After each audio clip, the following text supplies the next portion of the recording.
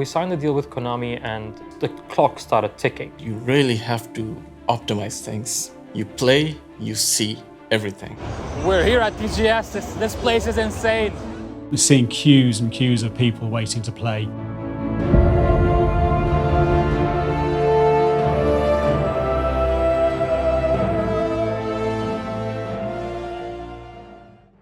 So I think the first time that we encountered CYGNI was on an Unreal showcase. And I think about the same time also, there was an article in PlayStation magazine which caught our attention.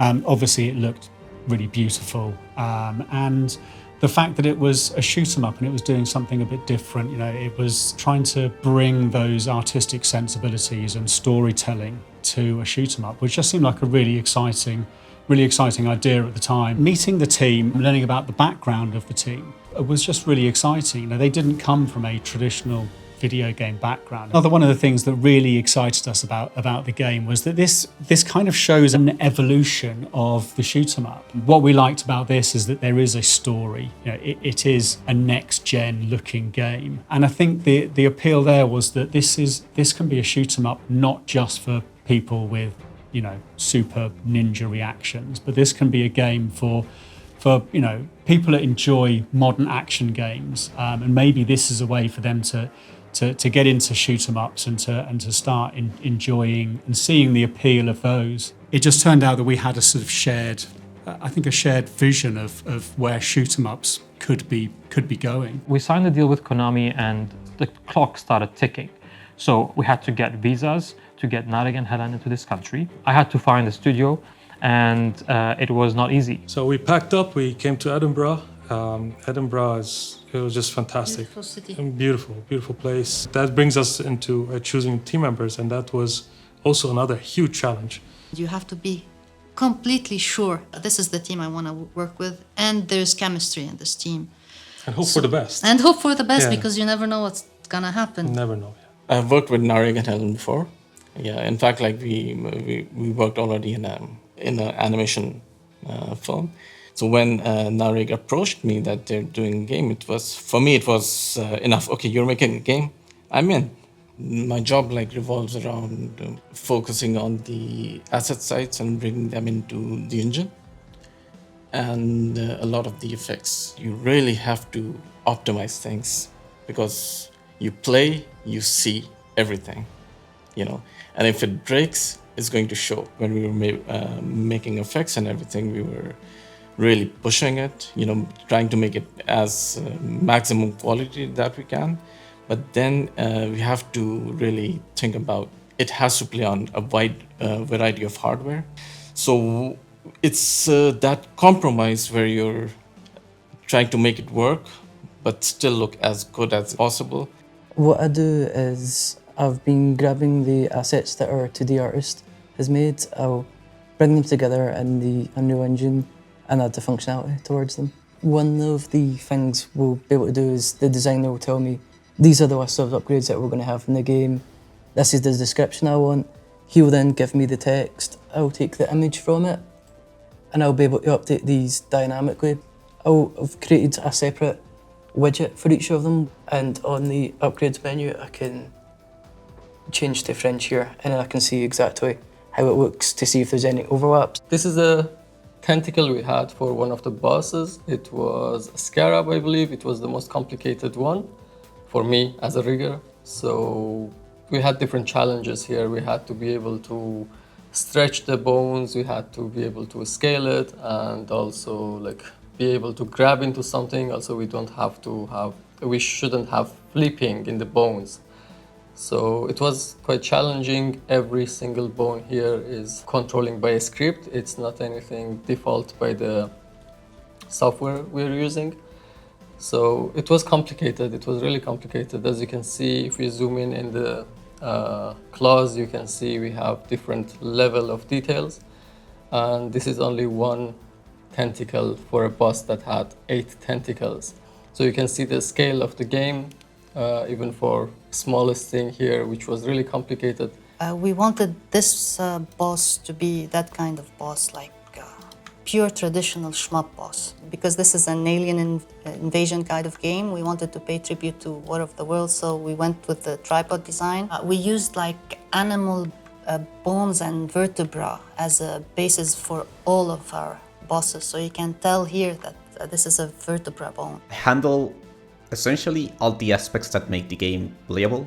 So that's gameplay, AI, user interface, sometimes making tools for the team to accelerate the workflow or make changing parameters and designs easier.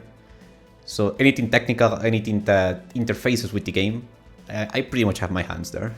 The studio was set up and we hired the team. We started production on CYGNI and we had around 6 milestones and we didn't miss any single milestone, which was good. The fact that Killworks hadn't published a video game before, hadn't made a video game, we were very conscious of that. I mean, obviously that, you have to go into these things with your eyes open. We knew that they would be able to overcome any problems that they encountered. We knew they were going to encounter problems. It's video game development, right?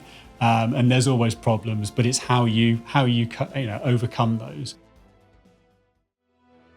During this whole process of making the game, it was also my job to travel around and to talk to media, to do press conferences or events, to kind of present the game when we were more ready with some of the levels. So we went to London. We had this press event in London, which was really great. Following that, we went to New York and we had a press event there in New York, which was a very interesting experience as well. I had like 13 press who wanted to play the game and were very interested. And when they played it, they were all very happy and excited. So it was really good to see that, and also reminded me of the importance of being there in person. After New York, I went to Gamescom, which was also a different kind of event, and it was good to talk about the game there. I've also been to Brazil, which was a new experience. And what topped it up for me was the Tokyo Game Show.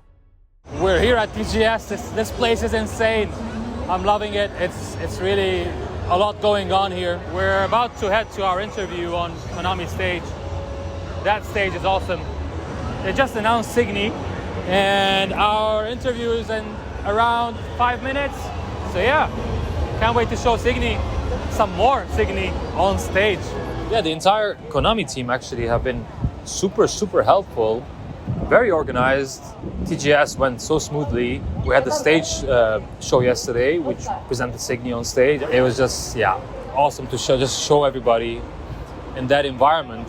That environment gives you the energy to just keep on going, keep on talking, keep on sharing the passion with everybody else. So yeah, that was it. That was very interesting experience. We arrived to the KONAMI headquarters and I was welcomed by Oishi-san, who is one of the senior members of KONAMI Japan. It was just amazing. We went upstairs and we had a meeting with a few other senior members, which was just great to experience that. And because it's very important to have that personal connection with the people you're partnering with. So it was an amazing experience to be in Tokyo. The game was very well received. The reactions were amazing and the media coverage was just beyond what I ever expected. Seeing queues and queues of people waiting to play, again, it's just further validation that there is interest in this type of game and in the work that Killworks are doing, and interest in Konami publishing an old school shoot 'em up. Konami's heritage goes all the way back to shoot 'em ups. You go back to 1981 with Scramble. The shoot 'em up has been part and parcel of Konami. People, when they see that we have signed with Konami and they see the quality that we're doing, which I'm very proud of, they straight away think that we are a AAA company, which is quite flattering and humbling to say the least, because we're being compared to a bigger budget company with massive number of team members, but also it's not the right approach, because we are very much an indie studio, and Konami have believed in the work we're doing, that the fact that we're trying to appeal to a wider audience with this game, not only shmup players. We hope that this game will awaken the nostalgia in people who used to play these games before and maybe were looking for something new. And for those who haven't experienced it, the arcade days, so all these little bits and pieces that happened along the way gave us the reassurance that we are on the right track, gave us the reassurance that we are doing something right. It was just great to see them overcome these challenges, and I'm just so psyched for these guys now to be, about to release their first game. It's just really exciting.